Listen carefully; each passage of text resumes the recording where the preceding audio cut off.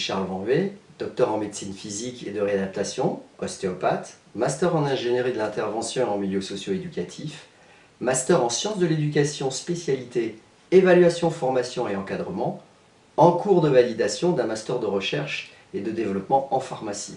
Je suis papa d'une enfant extraordinaire et suprasingulière, souffrant d'une paralysie cérébrale. Le cerveau, qui n'est pas en fait paralysé, est perturbé par des lésions cérébrales qui entraînent des paralysies ou des dysfonctionnements cérébraux. Extraordinaire parce qu'elle m'a donné l'envie de dépasser ma zone de confort. Moi j'ai essayé d'améliorer la vie de ma fille et pour ça j'ai fait beaucoup d'études pour être plus performant. Maintenant aujourd'hui je trouve qu'on ne peut plus parler de personnes handicapées, on peut parler d'existence très singulière, d'existence multiples, inassimilables les uns aux autres et irréductibles à un seul signifiant. Par exemple, ma fille, on va dire qu'elle serait toujours catégorisée comme étant handicapée en fauteuil, alors que vraisemblablement, effectivement, elle est bien handicapée et en fauteuil, mais elle n'a pas que ça.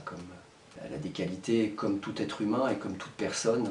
C'est un projet insensé, complètement fou. Innovillage, c'est quelque chose que j'ai conceptualisé avec des amis afin de changer le modèle socio-économique. C'est un village qui est consacré à la dépendance sous toutes ses formes, où les valides ou non valides, les aînés ou les plus jeunes pourront vivre ensemble.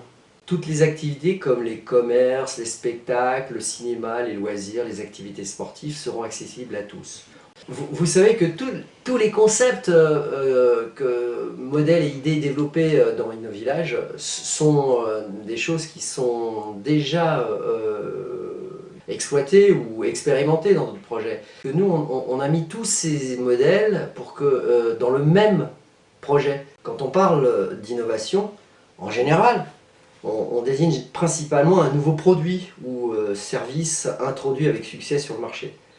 Et dans ce sens, l'innovation concerne surtout que le monde économique. L'innovation pour moi, c'est un processus complexe d'interaction sociale où les résultats de l'innovation s'étendent des produits et des services commerciaux aux pratiques et institutions non commerciales. Tout ça pour dire la télévision, le PC ou le téléphone portable, c'est ce qui a changé la vie des gens. L'innovation, c'est aussi une mise en relation avec les défis sociétaux auxquels nous sommes confrontés, comme le changement climatique ou démographique, ou l'inégalité sociale que l'économie de marché ne parvient pas à résoudre ou à aborder valablement. L'innovation, c'est également la recherche qui consiste à examiner comment de nouvelles solutions changent et remettent en question des produits, services et pratiques existantes. En résumé, l'innovation fait partie intégrante du changement social. Et en cela, Innovillage est un modèle de changement social. Ce modèle ne s'est pas seulement intéressé à l'impact sur les marchés et les clients, mais aussi sur la société et l'environnement. L'innovation, c'est aussi de changer les mentalités vis-à-vis de la dépendance. Tout le monde peut l'être un jour dans sa vie et à n'importe quel moment de sa vie. N'importe qui, à n'importe quel moment de sa vie, peut devenir dépendant.